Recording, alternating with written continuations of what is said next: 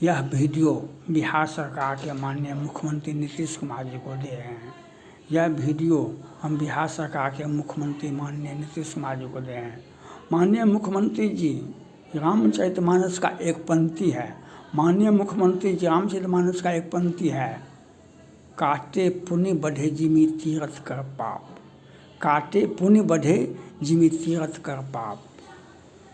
यह पंक्ति जो है यह बताता है, आप जो अपने घर परिवार समाज में जो अपराध हो जाता है जाने अनजाने में, तो उसका रिहाई है, उसका समाधान है, उसका पाप का क्षय, पाप का कट जाता है जब आप गंगा स्नान करते हैं, सरयू का स्नान करते हैं बड़े बड़े तीर्थ स्थल पर, तो उसका निवारण हो जाता है। उसे भगवान की ओर से उसे छोटा मोटा अपराध है उसका रिहाई हो जाता है, पाप धुल जाता है। महाकुंभ में भी करोड़ों लोगों का पाप धुल गया। लेकिन सत्ता में बैठ कर के जो अपराध करता है, सत्ता में बैठ कर के जो अपराध करता है, और अयोध्या हो, काशी विश्वनाथ हो कि मथुरा हो कि काशी हो कि या वृंदावन हो, देश में जितने भी धर्म स्थल पर आप गए और वहाँ पर पाप किए, ये आप अगर किसी धर्म स्थल पर गए और वहाँ पर अपराध किए, तो उस पाप का निवारण कहीं नहीं होता है।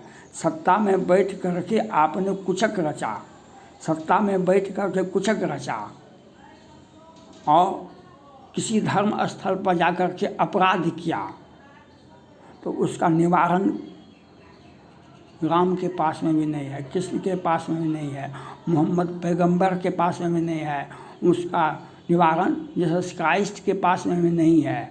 काटे पुण्य बढ़े जिमि तीरथ कर पाप। जो धर्म स्थल पर और सत्ता में बैठ कर के जो अपराध करता है, उसका निवारण कहीं नहीं होता। आप देखते होइएगा, माननीय मुख्यमंत्री जी, बहुत बड़े बड़े राजा महाराजा थे जिनका आचरण ठीक नहीं रहा, वह सभी के सभी विलुप्त हो गए। वह नेपाल में ही देखिए, राजा का परिवार का क्या हालत है। सत्ता में जो बैठता है और सत्ता का आचरण, सत्ता के मुताबिक आचरण नहीं करता है, तो उसका विनाश हो जाता है। आज हम सहरसा नगर निगम सहरसा से बोल रहे हैं, बिहार के मुख्यमंत्री नीतीश कुमार जी से हम सहरसा नगर निगम सहरसा से बोल रहे हैं। JCW 384 2016 पटना हाई कोर्ट की डबल बेंच ट्रिपल बेंच से जजमेंट है, और जिसका नाम है उसको पदोन्नति के साथ आज भी कुर्सी पर बैठा हुआ है। रिटायरमेंट के बाद सेवा विस्तार भी होता है। हमारा अपराध क्या है, हमारा नहीं कहीं केस में नाम है, हमने कौन घोटाला किए हैं, तो हम कार्ड से वंचित हैं, हम कार्ड से वंचित हैं। हमारा PF भी 3 साल में नहीं निकल रहा है, हम कार्ड से वंचित है। 100 लोगों को आउटसोर्सिंग बेल्टॉन NGO के माध्यम से रखा गया।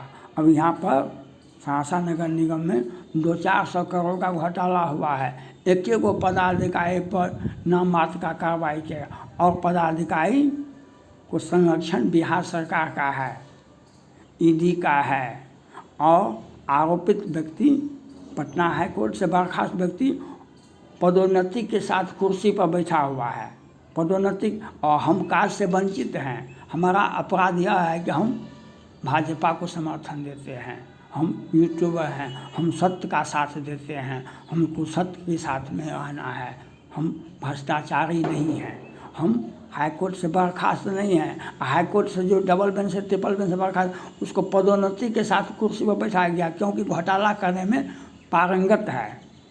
इसकी जांच करवाइए।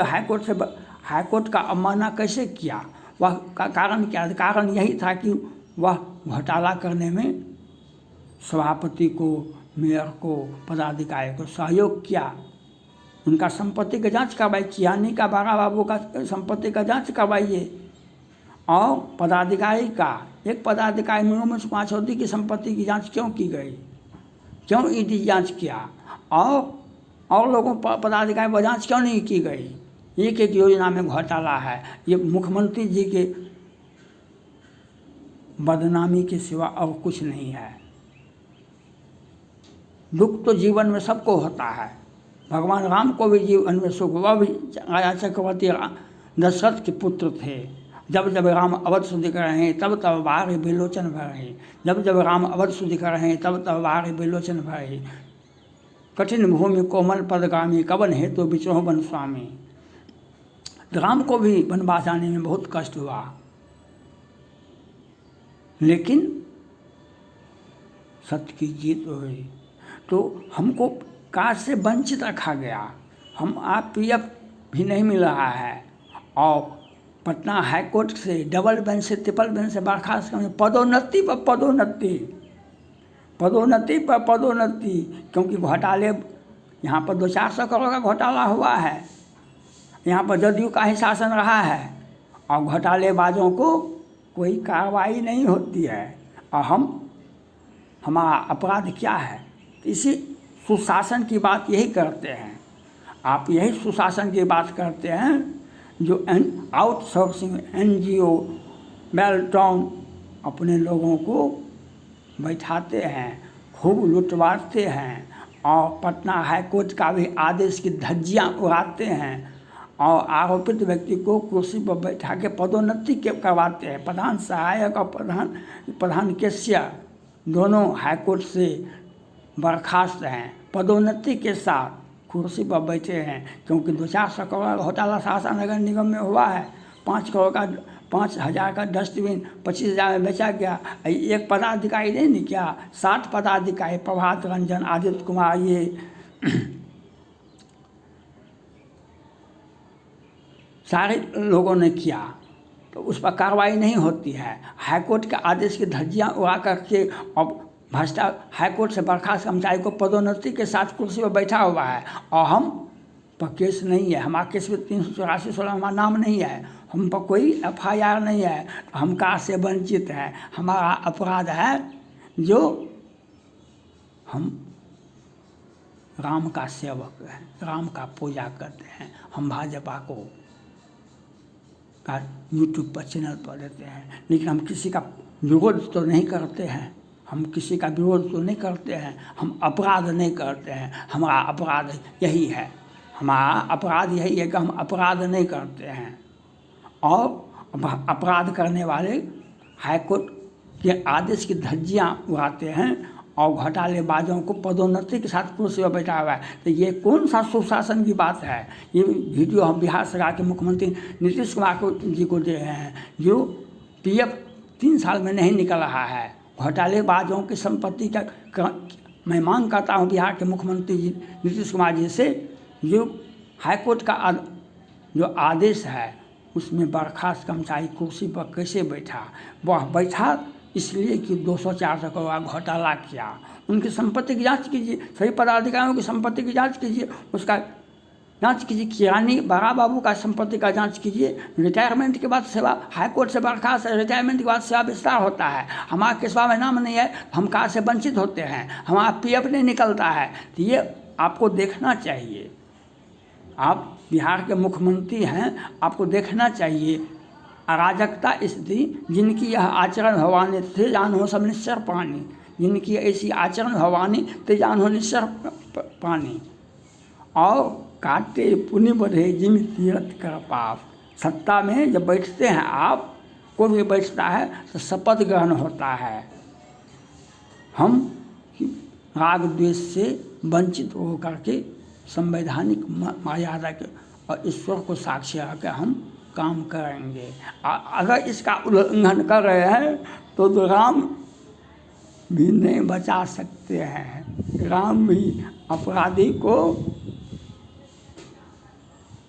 रावण को बचाया, रावण बचा।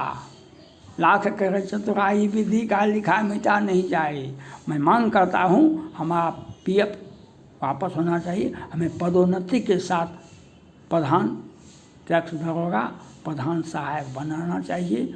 और ये जो हम 9 साल ही नौकरी किए हैं, ये कौन सी साजिश रची गई जो और हम 20 वर्ष तक काम करते रहेंगे और हम यूट्यूब पर वीडियो देते रहेंगे और हमारे साथ न्याय होना चाहिए, हम यह मांग करते रहेंगे।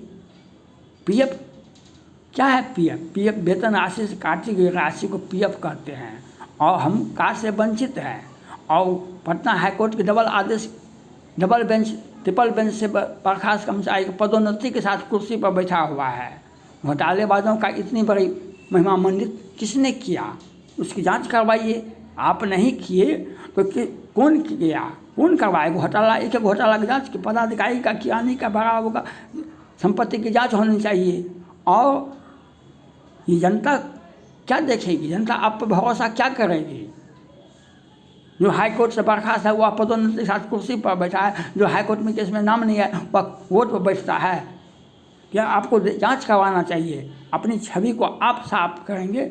जो अनुशासन माने जो आचरण अगर अच्छा है तो जनता के बीच में आप जाइएगा, लोग आपको स्वीकार करेंगे। अगर यही स्थिति रही, इसके लिए भी आप भी जिम्मेवार होंगे।